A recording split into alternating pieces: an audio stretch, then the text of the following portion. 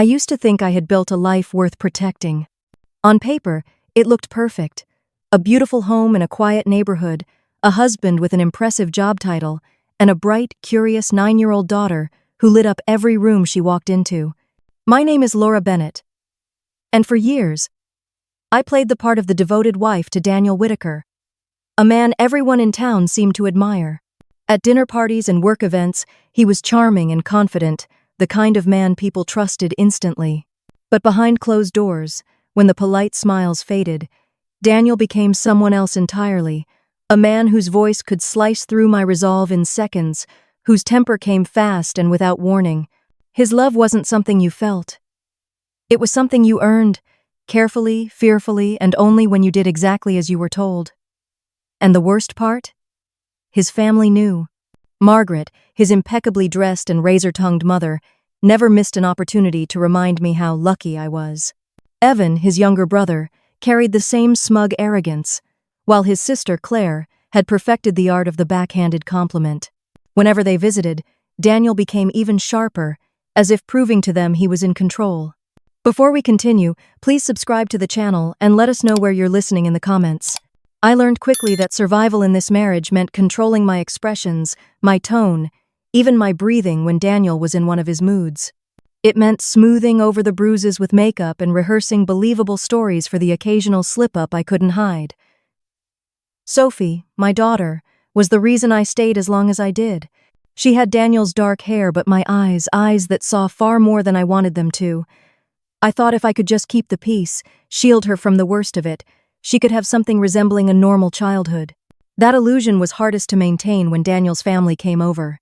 Margaret would arrive first, inspecting my home as if it were a crime scene, followed by Evan and Claire, whose greetings always carried an edge. They would sit around our table, sipping wine and making little jabs at me, my cooking, my clothes, my lack of ambition. Daniel never defended me. Sometimes he even joined in. And I smiled every time, because showing weakness in front of them was like giving them permission to dig deeper. The truth was, the version of me they saw, the compliant, accommodating wife, wasn't me at all. It was a role I played so convincingly. I sometimes forgot there had been a time when I laughed easily, when I spoke my mind, when I wasn't constantly measuring my worth against Daniel's temper. But deep down, beneath the layers of caution and self-preservation, there was a part of me that still remembered who I had been. I just didn't know then that Sophie was watching everything, and that she was already quietly planning to save us both. I'd always known Sophie was an observant child, but it wasn't until everything unraveled that I realized just how much she'd been seeing, how much she'd been carrying long before I was ready to admit the truth to myself. She had a way of studying me when she thought I wasn't looking, her big brown eyes scanning my face like she was searching for an answer I couldn't give. She could read my moods the way other children read picture books. If I came home from the grocery store with my shoulders tense and my lips pressed tight, she knew Daniel had called while I was out. If I stirred a pot a little too fast, she'd glance toward the doorway, expecting him to appear with some complaint about the smell or the noise. And on the nights when I moved quietly, almost on tiptoe, Sophie would retreat to her room early, as though she could sense that my focus needed to be on keeping her father calm, not on tucking her in. She never said it outright, but she knew maybe better than anyone how to measure the distance between safety and danger in our house. It started small, a subtle shift in her questions, a pause before she spoke. She began asking me if I was tired, even when I'd just woken up, or if my cheek hurt when I'd claimed I'd bumped into the cabinet door. She didn't believe the excuses, but she never pushed me. Instead, she watched, listened, and learned. One day, I caught her in the living room, just standing there, staring at the front door like she was rehearsing something in her mind. "Sophie?" I asked. She jumped slightly, then smiled in that too bright way kids do when they don't want you to worry. "Nothing, Mom," she said, and skipped back to her room. It wasn't nothing. Sophie had been paying attention at school, too, especially in Mrs. Harper's class. Mrs. Harper had this way of weaving life lessons into their lessons on history or science. One afternoon, Sophie came home talking about a project they'd done on safe adults, people you can trust when you're in trouble. She mentioned police officers, teachers, and grandparents, but not once did she say parents. That omission stung in a way I didn't want to examine too closely.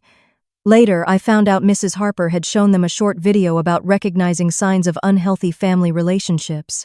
She'd told the class that if something didn't feel right at home, it was okay to tell someone, and that documenting what happened could help keep people safe. I don't know if she meant it as a literal suggestion for 9-year-olds, but Sophie took it to heart. Her other teacher was her grandfather, Colonel Richard Bennett, my father. He'd always had a special bond with Sophie. Every Sunday he'd call, and the two of them would talk for nearly an hour. I'd listen from the kitchen, smiling at their shared love of strategy games and old military stories. My father never spoke down to her. He talked to her like she was capable, intelligent, and strong. Somewhere in those conversations, Sophie learned about vigilance. About how you can tell a lot about a person by the way they enter a room, and how preparation can be the difference between panic and control. He'd once told her, "Good soldiers don't wait for trouble to find them. They notice the signs and act before it's too late." I didn't realize then how deeply she'd taken that lesson to heart. One evening, I walked into the living room and saw Sophie holding her tablet at an odd angle, the screen facing the kitchen where Daniel was pacing, his voice rising as he berated me for buying the wrong kind of coffee. "Sophie," I said sharply, and she lowered it immediately, slipping it under a cushion. Later, when I asked her what she'd been doing, she just shrugged and said she was playing a game. But the next week, I saw her do it again this time. More carefully. She'd prop her tablet on the bookshelf or lean it against a stack of books on the counter. Always angled just right. Always set to record without the little red light that would give her away. It dawned on me slowly, in pieces, that she wasn't just watching anymore, she was gathering. Documenting. Every slammed door, every insult muttered under Daniel's breath, every time he grabbed my wrist a little too hard or shoved past me in the hallway, she caught it. And she was good at it. Too good. She never filmed for too long, just enough to catch the worst moments, and then she'd slip the device back into her room. I'd find her there sometimes, hunched over it, her small fingers swiping and tapping with a concentration that was far too intense for a child her age. I tried to stop her once. "Sophie," I said, closing her bedroom door behind me. "You can't keep recording things like that. If your father finds out—" I didn't finish the sentence, but the look in her eyes told me she understood exactly what the risk was. "Mom," she said quietly, "someone has to protect us." She sounded so certain, so much older than 9, that my heart ached. "That's my job," I told her, and she shook her head. "You can't protect us if you're too busy surviving." Her words stayed with me, lodged like a splinter I couldn't pull out. I began to notice the way she'd position herself when Daniel was in one of his moods close enough to see and hear everything, but just far enough away that she could dart out of reach if things got worse. She had her own kind of radar, honed to detect the exact moment his irritation turned into real anger. Sometimes she'd disappear into her room without me saying a word. Other times she'd step between us with some innocent request that bought me a few seconds to calm him down. It was terrifying to realize my child had become my shield. Her skills sharpened quickly. She learned how to rename the video files so they looked like homework folders. She figured out how to store copies on a cloud account, under an alias. I never taught her any of this. She must have pieced it together from bits of advice my father had given her about keeping your evidence safe in their imaginary spy games. But this wasn't imaginary anymore. One Saturday morning, I caught her crouched in the hallway, holding the tablet low to the ground as Daniel's voice thundered from the kitchen. I wanted to tell her to stop, to put it away, to just be a kid. But then I saw the bruise forming on my wrist from where he'd grabbed me the night before, and I said nothing. She met my eyes, just for a moment, and I saw the resolve there, cold, steady, unshakable. She was doing what I couldn't bring myself to do. It was a strange, awful mix of emotions, pride in her courage, guilt that she needed it, fear of what would happen if she got caught. I started watching her as closely as she watched me, not because I doubted her, but because I needed to understand just how far she was willing to go. The answer was simple, as far as it took. Over time, I noticed she'd begun timing her recordings to match certain patterns. If Daniel came home late, she'd be ready. If his footsteps were heavier than usual, she'd slip the tablet into place before he even entered the room. She'd also started taking still photos, tiny details like a shattered coffee mug in the trash or the dent in the wall where he'd thrown the remote. She'd whisper little notes into the microphone. This was Tuesday, after dinner. Or, he was mad about the phone bill. She was building a case, piece by damning piece, and I realized she wasn't just collecting proof for me. She was preparing it for someone else, someone who could actually do something with it. That someone, I would learn later, was her grandfather. Sophie had already told him more than I ever had. She'd mentioned arguments, hinted that things got rough sometimes. He'd pressed her gently, and she'd given him just enough to keep his attention. But she never showed her full hand until she had everything she thought she needed. That was Sophie's way, patient, strategic, quietly relentless. Looking back, I think she decided long before I did that we weren't going to live like this forever. I was still clinging to the hope that if I played my role perfectly, Daniel would calm down. Things would go back to the way they were in the early years. Sophie, though she had no such illusions, she'd seen enough to know that this was who he was, and that the only way out was through. She didn't wait for me to be ready. She started preparing for the day when we'd have no choice but to face the truth. And when that day came, she would be ready in a way I never could have imagined. I didn't realize there was a plan until it was already in motion. By the time I connected the dots, Sophie had been operating like a small, unseen shadow in our own home, carrying out a mission I hadn't given her permission for but couldn't bring myself to stop. She had a knack for making herself invisible, slipping into corners or perching quietly at the edge of the room, tablet in hand, eyes sharp. At first, I thought it was just her way of avoiding Daniel's attention.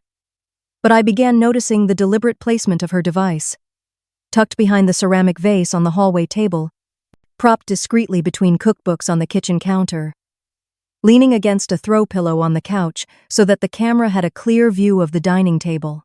The recordings weren't random. Sophie was methodical. She understood that the most damning moments weren't always the loudest or most violent, but the ones where Daniel's cruelty was casual, almost effortless. When he'd lean over me, jabbing a finger into my chest because the laundry wasn't folded to his liking. When he'd mutter pathetic under his breath as I set his dinner plate in front of him. When his mother, Margaret, would sweep in with her icy critiques. You've let yourself go, Laura. Daniel deserves someone who takes care of herself. And he'd smirk instead of defending me. Or when his sister Claire would deliver a syrupy insult, all false sweetness on the surface.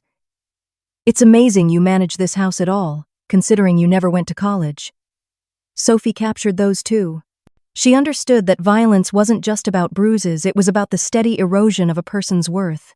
She was frighteningly good at avoiding detection. If Daniel entered the room unexpectedly, she'd be sprawled on the floor with her tablet, pretending to watch cartoons. If Margaret or Claire glanced her way mid-recording, she'd angle the device toward her lap, nodding like she was absorbed in some game. She even adjusted her body language to look casual, all while keeping the camera trained on the scene. I never taught her this. Nobody did. It was instinct, sharpened by necessity. Weeks passed, and her archive grew. I stumbled upon it once, purely by accident. She'd left her tablet on the kitchen counter while getting a glass of water, and the screen lit up with a thumbnail grid of videos. My own face stared back at me in nearly every frame. Sometimes tired, sometimes angry, but more often small and silent. I saw Daniel towering over me, his mouth twisted mid-shout. I saw Margaret's pursed lips as she pointed toward the dust on the mantel. I saw Evan leaning back in his chair, laughing at some cruel joke I couldn't hear in the thumbnail but remembered all too well. My stomach clenched. This was my life, catalogued in hundreds of little rectangles, each one stamped with a date and time. That night, after Daniel had gone to bed, I knocked softly on Sophie's door. She was sitting cross-legged on her bed, tablet in her lap, headphones in. She jumped when she saw me. "Mom," she said, her voice guarded. "I saw them," I told her. Her shoulders tensed. "The videos." For a moment, she looked like she might deny it. Then, slowly, she nodded. "I'm not doing it to get him in trouble," she said quickly, like she'd rehearsed the line. "I'm doing it so we can be safe." Her certainty rattled me. "Sophie, this is dangerous. If he finds out—" "He won't," she interrupted, her tone firm. I'm careful. And I'm not just keeping them here. My heart sank. What do you mean? She hesitated, then set the tablet aside and pulled an old shoebox from under her bed. Inside was a tangle of cords, a portable hard drive, and a small notebook filled with scrawled dates and short descriptions. The 14th of October, Dad yelling about dinner. The 3rd of November, Grandma calling you useless. November 9, Dad shoved Mom in kitchen. I copy everything, she explained. It's on this drive, and I upload it to a cloud account with a password only I know. I stared at her. My little girl. My baby. Talking like a war correspondent smuggling evidence out of a hostile country. Why? I asked, though I already knew. Her eyes met mine, steady and unflinching. Because when we have enough, I'm going to tell Grandpa. It was then I realized this wasn't some vague, childlike hope that her grandfather could fix things. This was her endgame. Sophie had been building toward it since the first recording. She'd decided that Colonel Richard Bennett, my father, her hero, was the only one with the authority and strength to confront Daniel and end this. I wanted to tell her no. I wanted to say it wasn't her job to save me. But something inside me, something tired, something worn down, knew she might be right. Still, the thought of dragging my father into this, of him seeing the worst of my life laid bare, it made my chest ache with shame. Sophie, I said quietly, your grandfather doesn't need to be involved. This is between your dad and me. No, Mom, she said, her voice hardening. It's between all of us. You, me, Grandpa. Because family protects family. That's what he always says. And she was right. My father had said that to her countless times on the phone, and to me when I was a girl. Family protects family. It was a code he lived by. In the military and at home. But I'd bent that code, thinking I was protecting Sophie by keeping her father's abuse behind closed doors. All I'd really done was force her to find her own way to fight back. The turning point came on a Wednesday evening. Daniel had been in a foul mood all day, snapping at me for every little thing. Sophie stayed in her room after school, unusually quiet. When I went to check on her, I found her speaking softly into the phone. She's okay right now, she was saying. But I think it's getting worse. I froze. Yes, Grandpa, she continued. I'll send you more tonight. She looked up then, saw me standing there, and didn't even flinch. Mom, she said, covering the receiver. I told him. I told Grandpa you're in danger. My throat closed. Sophie. Her voice dropped, almost a whisper. I sent him the videos. All of them. For a moment, the room seemed to tilt. I imagined my father sitting at his desk, watching clip after clip of his daughter being belittled, shoved, humiliated. I didn't know whether to cry or to thank her. She handed me the phone. He wants to talk to you. I put it to my ear, and my father's voice came through, low and steady, the way it did when he was bracing for a fight. Laura, he said, I need you to listen to me. I've seen enough to know this stops now, but Sophie tells me there's more. Let her keep gathering it. When we have everything, I'll come, and I'll make sure he never touches either of you again. The weight of those words settled over me. There was no mistaking the promise in his tone. He wasn't talking about a conversation or a warning. He was talking about a reckoning. After that night, Sophie's work intensified. She seemed almost relieved. Knowing my father was in the loop, she took bigger risks, hiding her tablet in the living room during Sunday dinners with Daniel's family, catching not just his words but theirs. She filmed Margaret criticizing the roast chicken I'd spent hours making. She recorded Evan joking about how whipped I was, and Claire agreeing with a smug laugh. Each clip was another piece of ammunition.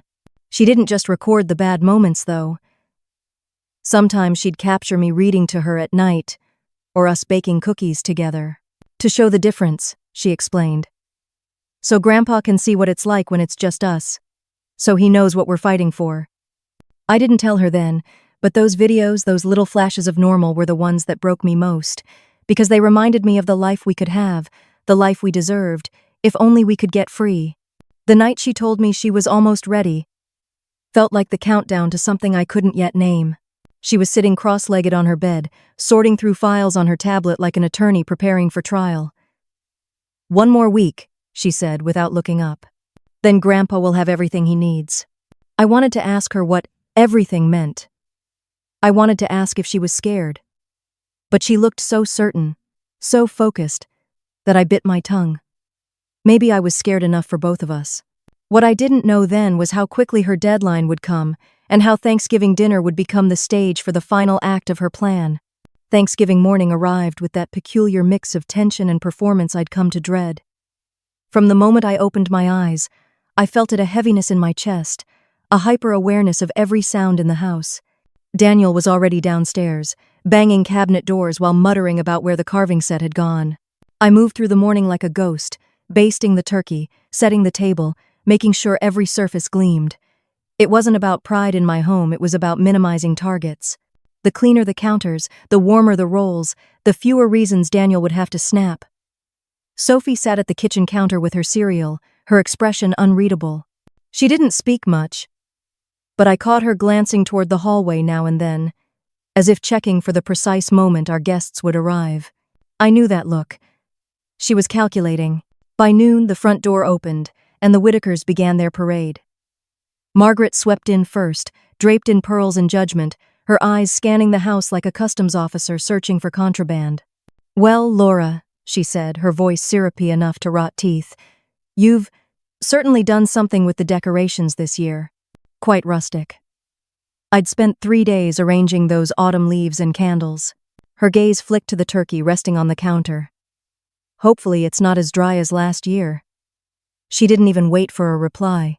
Evan arrived next with his wife, both dressed as though they were attending a magazine photo shoot instead of a family dinner. He gave me a nod that was more smirk than greeting. Claire was last, gliding in with her camera-ready smile. She hugged me, leaning close enough to whisper, "You look tired, Laura. Is everything okay?" Before stepping back to beam at Sophie. It wasn't concern, it was sport. Daniel transformed as soon as they crossed the threshold, slipping into his polished, easygoing host persona. He laughed at his brother's jokes, poured his mother a generous glass of wine, and clapped Evan on the back like they were old college buddies. I stayed in the background, ferrying dishes from kitchen to table, smiling when spoken to, and ignoring the sting of their words as they landed like invisible blows. Every barb, every sideways comment I swallowed. But I noticed Sophie wasn't eating much. She kept her hands in her lap, her tablet propped subtly against the breadbasket. She was watching. Always watching. Dinner began and the real performance unfolded. Between bites of turkey and spoonfuls of stuffing, Margaret delivered her critiques with the precision of a surgeon. "You know, dear, it's really admirable that you try to host like this, given your limited experience. Not everyone is cut out for entertaining." Claire chimed in. "Especially without a college degree. I can't imagine how hard it must be to keep up." Daniel didn't say a word in my defense. Instead, he chuckled and topped off his mother's glass. "She does her best," he said, as though I were a child who'd managed to draw inside the lines for once. The heat rose in my face, but I kept my voice even. "Actually, I think I've done more than my best today." It was a small pushback, barely a ripple, but the effect was instant. Daniel's head snapped toward me, his smile dropping. "What's that supposed to mean?" "I mean," I said carefully, "I've worked hard on this dinner. Maybe a little appreciation wouldn't hurt." The room went still. Margaret's eyebrows arched, Claire's lips twitched, and Evan leaned back in his chair like he'd just been handed a front-row ticket to a brawl. Daniel's jaw tightened. "Appreciation?" he repeated, his voice low, dangerous. "You think you deserve appreciation for... what? Cooking a turkey?" I felt the tremor in my hands under the tablecloth. "For more than that," I said softly. "For everything I do that no one notices." Claire let out a short laugh. "Oh, Laura, don't get so sensitive." Something in me cracked. "Sensitive? I've been insulted since the moment you walked in the door." Daniel's chair scraped back suddenly, the sound sharp enough to make Sophie flinch. He stood, looming over me. "That's enough," he said, his voice hard as steel. "I'm not yelling," I replied, my tone steady but my pulse roaring in my ears. I'm just asking for basic respect. That was it. His hand came up so fast I didn't have time to react. The slap landed with a sound that seemed to echo off every wall, a sharp, humiliating crack that silenced the room. My head snapped to the side, my cheek burning instantly. The taste of metal flooded my mouth. I stumbled back in my chair, one hand flying to my face. All around me, 12 eyes were locked on us, some wide with shock, others narrow with something closer to satisfaction. Margaret didn't gasp or rise from her seat, she just sipped her wine. Claire glanced at Evan, a flicker of a smirk passing between them. Daniel stood over me, chest heaving, his hand still half raised. "Don't you ever embarrass me in front of my family again," he hissed, each word dripping venom. Time slowed. I could hear the tick of the grandfather clock in the corner, the faint hum of the refrigerator from the kitchen, the shallow rhythm of my own breathing. Then from across the table came a voice. "Daddy." It was Sophie. Her voice was small but sharp, cutting through the charged air like a blade. Daniel turned toward her, still bristling, ready to unleash the same fury on anyone who dared to challenge him. She sat by the window, her tablet clutched to her chest like a shield. Her dark eyes, my eyes were locked on him, with an intensity that made the air shift. "You shouldn't have done that," she said, her tone steady in a way that was eerily calm for a child. Daniel's brow furrowed. "What are you talking about?" Sophie tilted her head slightly, studying him the way a predator studies prey. "Because now Grandpa is going to see." The words dropped into the room like a stone into still water, sending ripples of confusion through Daniel's family. Margaret set her wineglass down. Claire's smirk faltered. Even Evan leaned forward, suddenly uneasy. Daniel laughed, but there was a crack in it. "What do you mean Grandpa is going to see?" "I've been recording you," Sophie said matter-of-factly. "For weeks, every time you yell at Mom, every time you push her, every time you call her stupid." A murmur passed through the table. Margaret's face paled. Evan shifted in his seat, and Claire stared at Sophie as though seeing her for the first time. "And," Sophie continued, her voice never wavering, "I sent it all to Grandpa this morning." Daniel's face drained of color. He took a step toward her.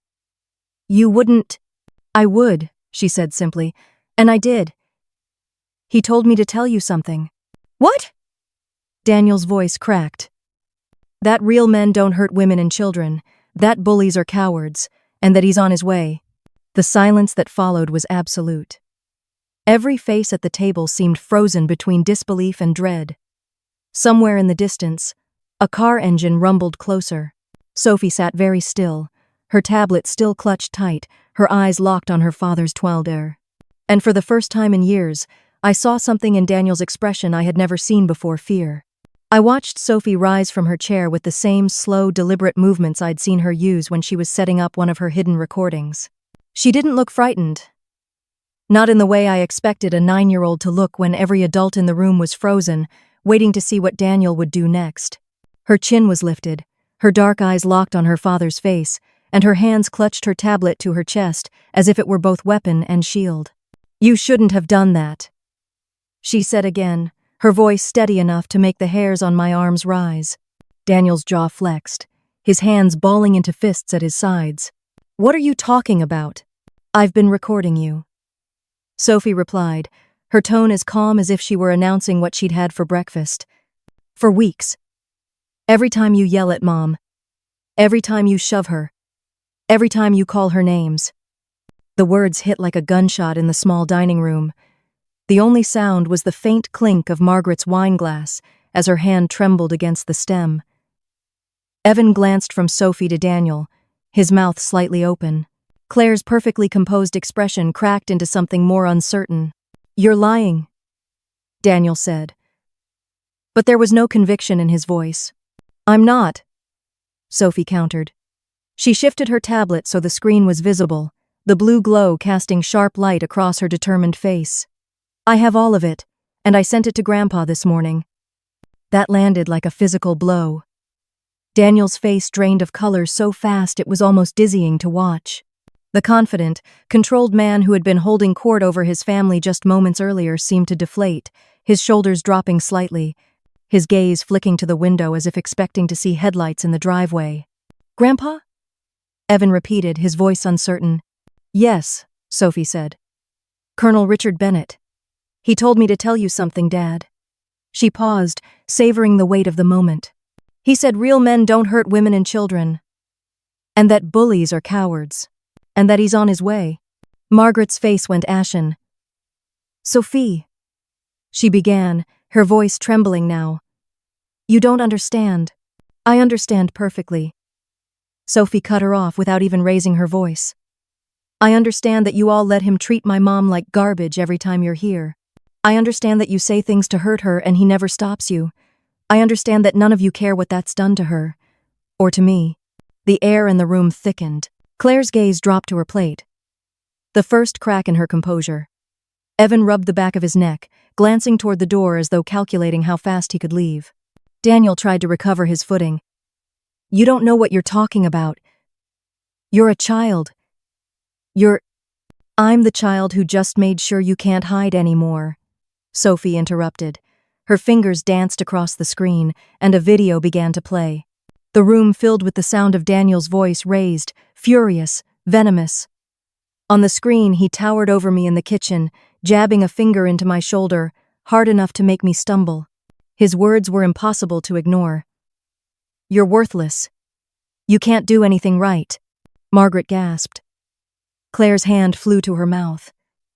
Evan muttered something under his breath that sounded a lot like Jesus Christ. "That was 2 weeks ago," Sophie said evenly. "Want to see last Thursday? The night you threw the coffee mug at Mom's head because dinner was late?" Daniel lunged for the tablet, but Sophie was ready. She darted back, pressing herself against my side, her small body trembling but her grip on the device like iron. "I wouldn't do that," she warned. "Everything is backed up. Grandpa has copies, so does Mrs. Harper, and the police." The last word dropped into the room like a grenade. "The police?" Daniel repeated, his voice cracking. "Yes," Sophie said. "Grandpa insisted. He said documentation is important for when bad people need consequences." Margaret's wine glass clinked against the table as she set it down too quickly. "Sophie, honey, you're making a mistake. You don't want to get your father in trouble. He got himself in trouble," Sophie said sharply. "I just made sure there's proof." Her eyes swept the table, landing on each face in turn. "You all knew. You all saw the way he treated her. And you never said a word. You laughed. You joined in. You let him make her smaller every time you came here. You're just as bad as he is." No one spoke. No one dared. Daniel's breath came faster now, his mask cracking with each passing second. "You think you can ruin me with a few videos? You think anyone will believe? They'll believe it," Sophie said, her voice cutting clean through his denial. "Because it's the truth, and because Grandpa will make sure they see it." The transformation in the room was almost physical. Moments ago, it had been Daniel's stage, his family's arena. Now, it was Sophie's. The power had shifted, and everyone knew it. The shock that had frozen them when she first spoke was bleeding into something else, panic. Evan couldn't seem to sit still, his eyes darting between the door and Daniel. Claire's composure had collapsed entirely, her face pale, her hands twisting in her lap. Even Margaret, who had always been the loudest voice in Daniel's defense, sat rigid and silent, her gaze fixed on the untouched food in front of her. I realized then that Sophie had done what I never could. She'd taken the truth, the thing I'd been trying so hard to hide, and dragged it into the light in front of the only audience that mattered to Daniel. She hadn't shouted. She hadn't cried. She'd simply laid out the facts, and in doing so, dismantled the walls he'd built around himself. Daniel took a step toward her, his voice low and dangerous again. "Give me the tablet, Sophie. Number. That's not a request. I know," she said, her voice still calm, almost gentle. "It's a choice. And I'm choosing Mom. I'm choosing me." For a moment, I thought he might hit her. The way his hands flexed, the way his chest rose and fell, it was the same stance he'd taken with me more times than I could count. But then he stopped. Maybe it was the way she didn't flinch. Maybe it was the knowledge that every person in the room now saw him for what he was. Or maybe it was the unmistakable sound of tires crunching over gravel outside, followed by car doors slamming. Sophie's eyes didn't leave his. "That's him," she said quietly. And just like that, the panic in the room turned electric. Daniel's head snapped toward the window. Evan muttered something about not being part of this under his breath. Claire pushed her chair back so fast it nearly toppled. Margaret whispered Daniel's name, but there was no saving him now, not from this, not from her. In that frozen moment before the front door opened, I looked at my daughter and saw her clearly. Not as the little girl I'd been trying to protect, but as the young woman she was becoming. Strategic, fearless, unshakable. She had stood up in a room full of people who'd spent years silencing me and had told the truth without blinking. And the truth had landed like a hammer. The sound of tires crunching over the gravel driveway sliced through the silence in the dining room like a warning shot. Every head turned toward the window. Sophie didn't move, her tablet still pressed against her chest, her eyes locked on Daniel's face. A second later, the slam of car doors echoed outside, firm and deliberate, followed by the rhythmic thud of heavy footsteps on the porch. Margaret's hand tightened around her wineglass until her knuckles turned white. Evan shifted in his seat like he might make a run for it. Claire's eyes darted toward the back of the house, but there was no time to slip away. The front door didn't just open, it swung inward with the authority of someone who had every right to be there. My father, Colonel Richard Bennett, filled the doorway, his presence as solid and immovable as a brick wall, even in civilian clothes. His military bearing was unmistakable. Shoulders squared, jaw set, eyes scanning the room with a calculated sweep that took in every detail. Flanking him were two men I recognized instantly from base functions, Major Thomas Reynolds and Captain Alicia Torres, both wearing expressions sharp enough to cut glass. Richard's gaze landed on me first. I was still seated at the table, my hand pressed to the cheek that burned from Daniel's slap. His eyes darkened, and a muscle in his jaw ticked once before his expression settled into something far more dangerous, controlled fury. He crossed the room in 3 strides, the air seeming to tighten with each step. "Laura," he said quietly. His voice pitched so only I and Sophie could hear. "Are you hurt anywhere else?" I shook my head, my throat too tight to speak, but Sophie's voice broke the moment wide open. "Her ribs, Grandpa. He hurt her before today, too." "When?" Richard's eyes never left mine as his hand came up to gently tilt my chin, examining the red mark Daniel had left. His touch was feather light, but I could feel the tension in him like a coiled spring. "How long?" he asked. I knew the question wasn't about tonight. I also knew there was no point in lying, not with Sophie watching, not with the evidence already out in the open. 3 years, I said, my voice barely above a whisper. Richard's head turned slowly toward Daniel, and I swear I saw Daniel flinch. 3 years, my father repeated, his tone conversational, though the undercurrent of steel made the hairs on the back of my neck stand up. 3 years you've been putting your hands on my daughter? Daniel tried to muster his usual bravado. It's not what it looks like. And terrorizing my granddaughter? Richard's voice sharpened just enough to slice through Daniel's protest. Because make no mistake, that's exactly what you've been doing. I never laid a hand on Sophie, Daniel said quickly, glancing toward his family for support. My father took one slow step toward him, and the room seemed to shrink around them. You think a child can watch her mother being hurt and not be damaged? You think screaming, shoving, and constant humiliation don't count as harm just because you didn't hit her? You think the night she went to bed afraid didn't leave a mark? Margaret's voice cut in. Brittle but still attempting authority. Colonel Bennett, this is a family matter. Richard pivoted to face her, his expression cool and unyielding. You're right. It's a family matter. My family, my daughter, my granddaughter. And for 3 years, you've sat in this very room, heard the insults, seen the bruises, and done nothing. In fact, you've joined in. That makes you complicit. Margaret's mouth opened, but no sound came out. Claire looked down at her lap. And Evan found something fascinating to study on the far wall. Major Reynolds stepped forward then, setting a sleek tablet down on the table with a soft click.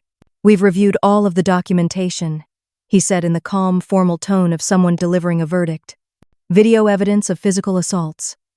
Audio recordings of verbal abuse. Photographic evidence of injuries. Medical records consistent with repeated trauma. Dates, times, corroborating witnesses. Daniel's face blanched. Those records are private. Laura signed the releases, Reynolds said, not missing a beat. Retroactive, covering 3 years. She has every legal right to share them when they document crimes committed against her. Crimes? Daniel's voice cracked on the word. Richard closed the distance between them, his shadow falling over Daniel's chair. Assault, battery, domestic violence, harassment, intimidation of witnesses. Daniel blinked, confused. Witnesses? Your daughter, Richard said flatly.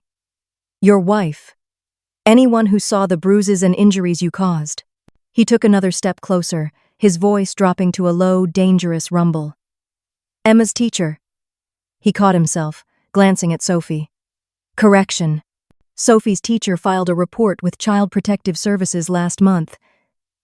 There's already an open investigation. You've been on borrowed time, son. The color drained completely from Daniel's face. He looked toward his mother, but Margaret wouldn't meet his eyes. My father straightened, turning his attention back to the table at large. And the rest of you, you've laughed, you've excused, you've told her she should be grateful. Every time you saw it happen and said nothing, you told him it was acceptable. You helped create this. You own a piece of it. Claire's hands twisted in her lap. Evan muttered something about not knowing it was that bad. But the words sounded hollow even to him.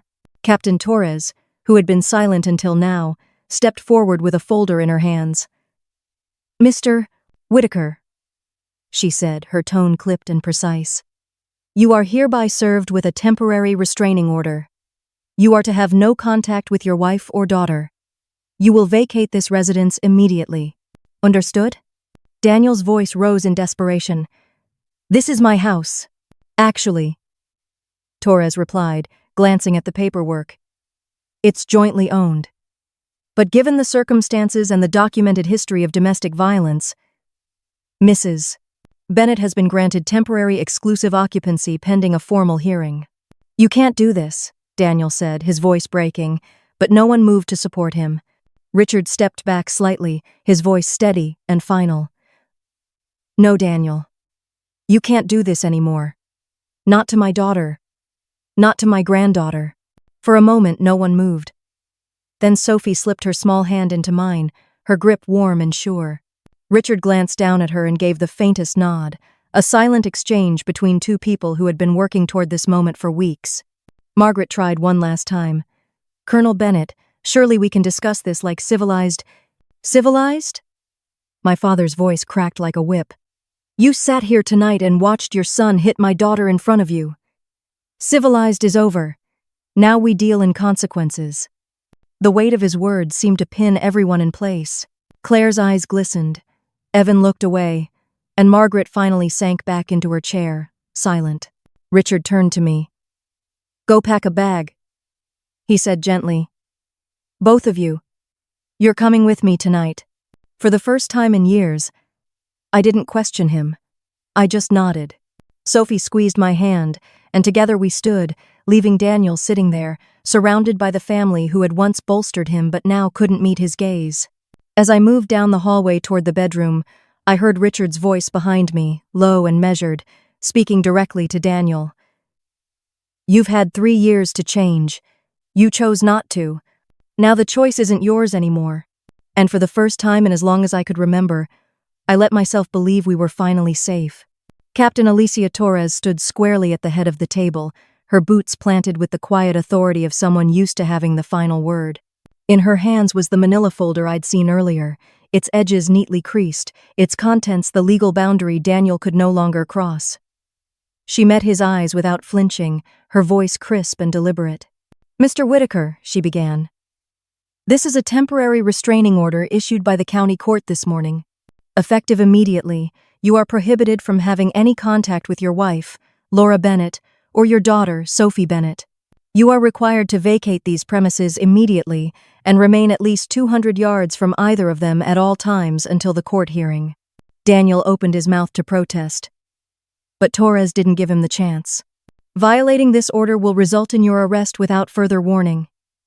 The order has been entered into the National Law Enforcement Database, and local authorities have been notified. You will be escorted to retrieve essential personal items under police supervision at a later date. She set the folder down in front of him like a judge lowering a gavel. Do you understand these conditions? His face was a mask of disbelief, the anger behind it barely contained. This is my house. You can't. Torres flipped a page in the folder and read from it without changing her tone. The property is jointly owned.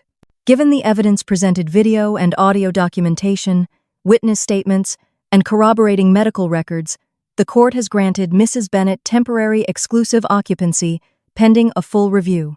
You are legally obligated to comply. Daniel's gaze darted around the table, searching for the support that had always been there before. He turned to his mother.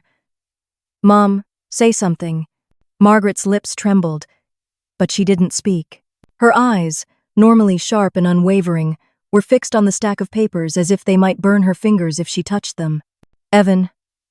Daniel tried again, desperation creeping into his voice. You know this is insane. Evan shook his head slowly, his expression grim. I saw the videos, Dan. I saw you. Claire's chair scraped back as she stood, her hands gripping the table's edge. We can't be part of this, she said quietly, her voice unsteady. Daniel stared at them as if they'd all betrayed him in some unimaginable way. You're my family. No, Claire said, her voice breaking. Family doesn't do what you did. Family protects each other. One by one, they pushed back from the table. Evan's wife stood without a word, avoiding Daniel's eyes. Margaret rose last, her pearl necklace trembling against her collarbone.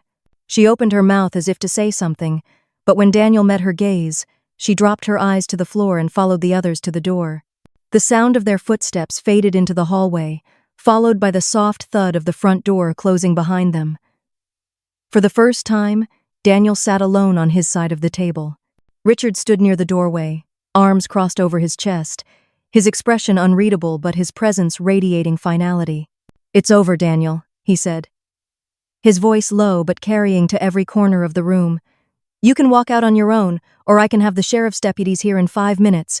Your choice. Daniel's eyes flicked from Richard to Torres, then to me. I felt Sophie's hand slip into mine, her small fingers curling tightly. I could feel the tremor running through her, but her gaze was steady on her father. Daniel pushed back from the table, the legs of his chair screeching against the hardwood floor. Fine, he spat. But this isn't over. It is, Richard said simply. You just don't realize it yet. Torres stepped aside, giving Daniel a clear path to the door. He hesitated for a fraction of a second, as if expecting anyone to stop him. No one did. He walked past Richard without meeting his eyes, past Major Reynolds, who stood in the hallway like a silent wall, and out the front door. The cold November air swept in behind him before the door shut with a final, echoing click. The silence that followed was deafening. I didn't realize I'd been holding my breath until Sophie tugged gently at my hand. Mom, she whispered. Let's pack now. Richard nodded once. You've got 15 minutes. Essentials only. We'll come back for the rest later. I led Sophie down the hallway to the bedroom, the same hallway I had walked countless times in silence, dreading what waited behind closed doors.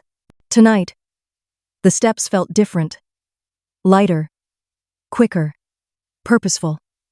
Sophie went straight to her room and began filling her small backpack with clothes, her tablet, and the well-worn stuffed fox she'd slept with since she was 3.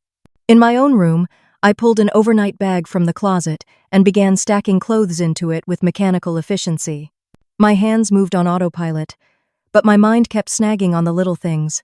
The dent in the dresser from when Daniel had slammed it shut during an argument, the faint crack in the window pane from where he'd thrown a remote. I left those behind without a second glance. When I stepped into the hallway, Sophie was already there, her backpack zipped, her fox tucked under one arm. She looked up at me, and for the first time that night, I saw a flicker of relief in her eyes. Back in the living room, Richard and Torres were waiting. Reynolds stood by the door, scanning the driveway as if expecting Daniel to return. Richard took my bag from me without a word and slung it over his shoulder. "Ready?" he asked. "Yes," I said. Sophie answered for both of us. "We're ready to go home." We stepped out into the cold night air, the sharp scent of fallen leaves and wood smoke filling my lungs. Richard's car was parked at the curb, its headlights casting long shadows across the lawn.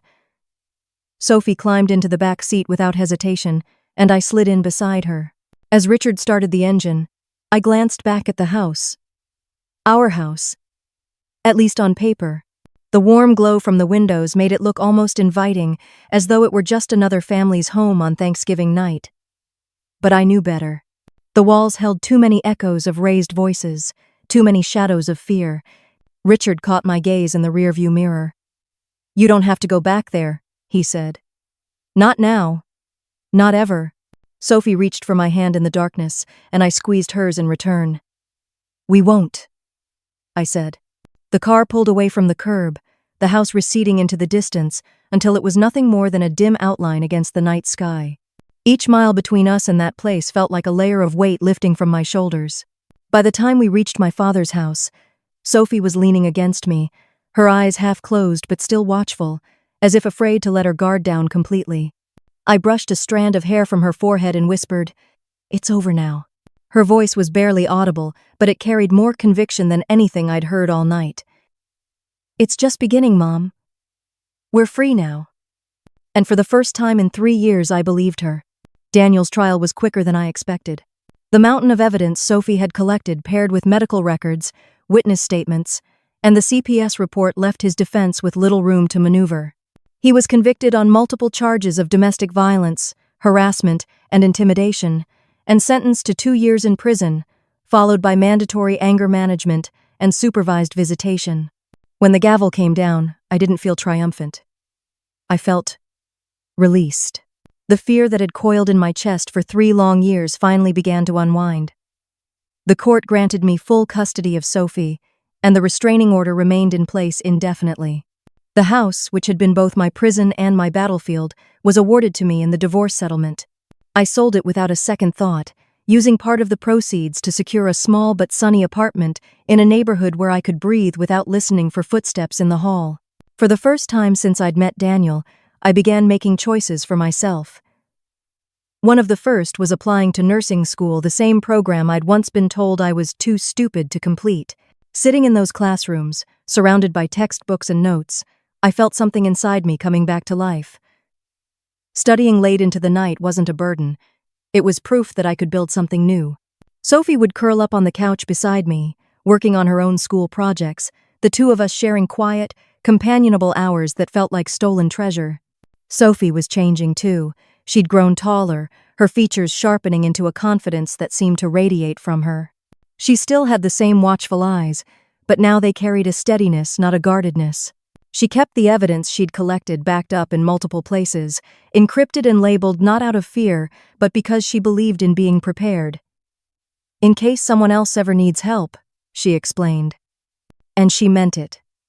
Through a school counselor, she quietly began talking to other kids who hinted at trouble at home, showing them how to document things safely, how to hide files, how to tell a trusted adult without putting themselves in immediate danger. I worried sometimes that she was carrying too much responsibility for someone her age, but when I voiced it, she only smiled. "Mom," she said, "I'm not carrying it. I'm using it." That was Sophie turning survival into a skill, pain into a blueprint for protection. Our apartment became our sanctuary. We filled it with light. Real light. From open windows. Not the forced brightness of a staged home.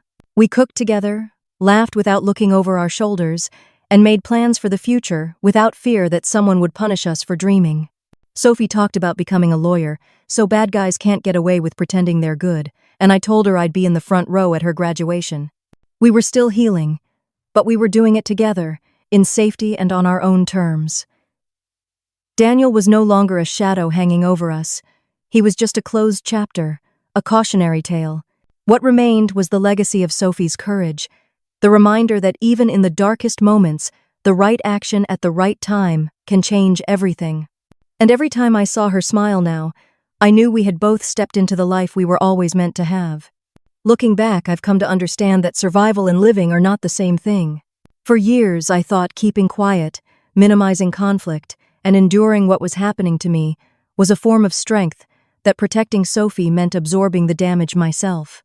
But real strength, I've learned, is not found in silence. It's found in the courage to speak, to act, and to let others in.